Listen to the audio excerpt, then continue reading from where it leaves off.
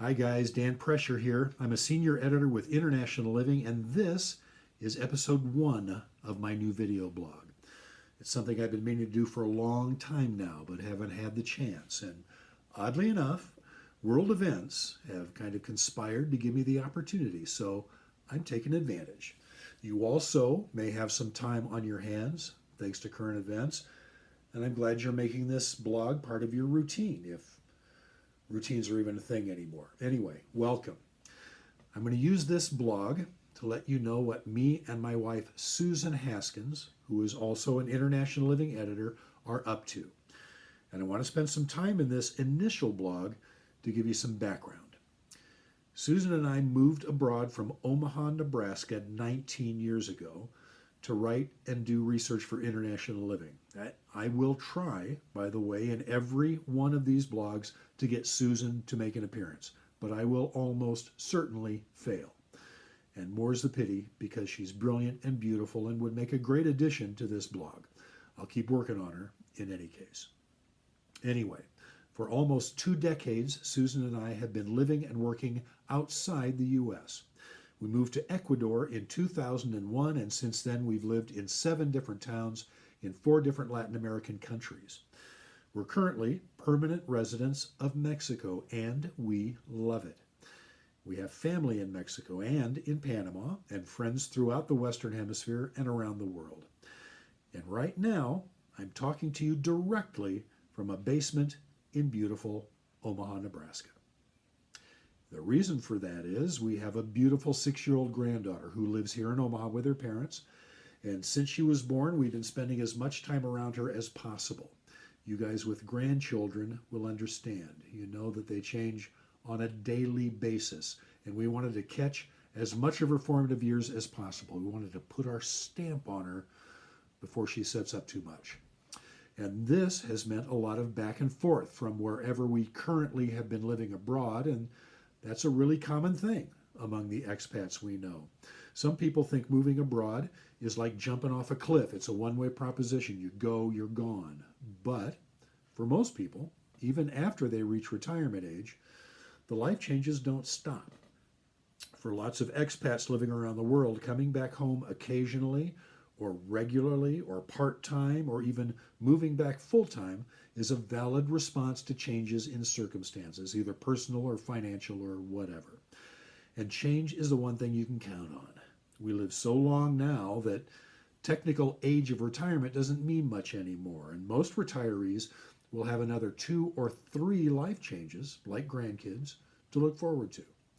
And that's exactly what Suzan and I have been doing, adjusting to circumstances and spending more time in the States as our granddaughter grows and changes and becomes more entertaining and engaging and smart and beautiful by the day.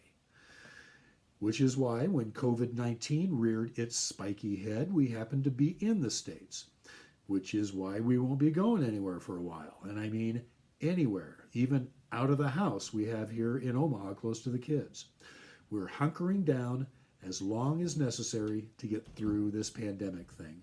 And that's why I finally have the time and opportunity to do this blog. I'm in my little corner of the basement getting my work done online and doing the same thing you're probably doing. Keeping an eye on the news and the current events, keeping the lines of communication open, following best practices for getting through a pandemic.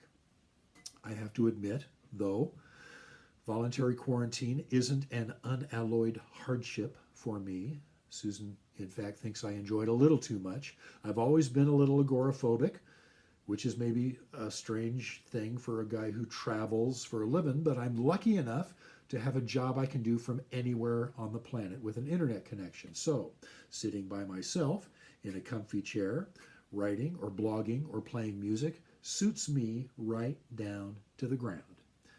But it won't last, I'm pretty sure. This will pass. Things will get back to normal, whatever normal turns out to be after this. And I'm pretty sure I'll still be a Stephen Batchelor Buddhist. This is the entire philosophy right here, which is great for my limited attention span. I was a philosophy and religion major before I got my journalism degree. so I still wax a little philosophical every now and then. And I'm pretty sure I'll still be diddling around with music because I'm really enjoying diddling around with music during this self-quarantine. And I'm trying to do more of this than of this for Susan's sake. But a guy has to do what a guy has to do. I'll play you something someday. Okay. I have laundry to do, dinner to think about, and I have an online interview with a guy in Costa Rica coming up in a few minutes. And I also have to gear up for a week in the Flint Hills of Kansas, where my mom likes to spend a month or so each spring and fall. That's another story, and I'll tell you all about it in future blogs. It will be an interesting drive from Omaha to the Flint Hills, given the current situation, and I'm curious to see how it goes. Anyway, this is how we start. I'll be checking in regularly from now on to let you know how things are going from this side of the screen. Breathe deep, don't panic, be kind, and I'll see you on the flip-flop. Talk to you soon. Hi, Dan Prescher here for International Living's Morning Recess. Hey, if you like Morning Recess, you should subscribe to this YouTube channel right here. And when you do, turn on notifications. You'll be notified when each new edition goes up, hot off the press. It's easy. Just subscribe and choose notifications right here. Stay up to date with Morning Recess, and I'll see you soon.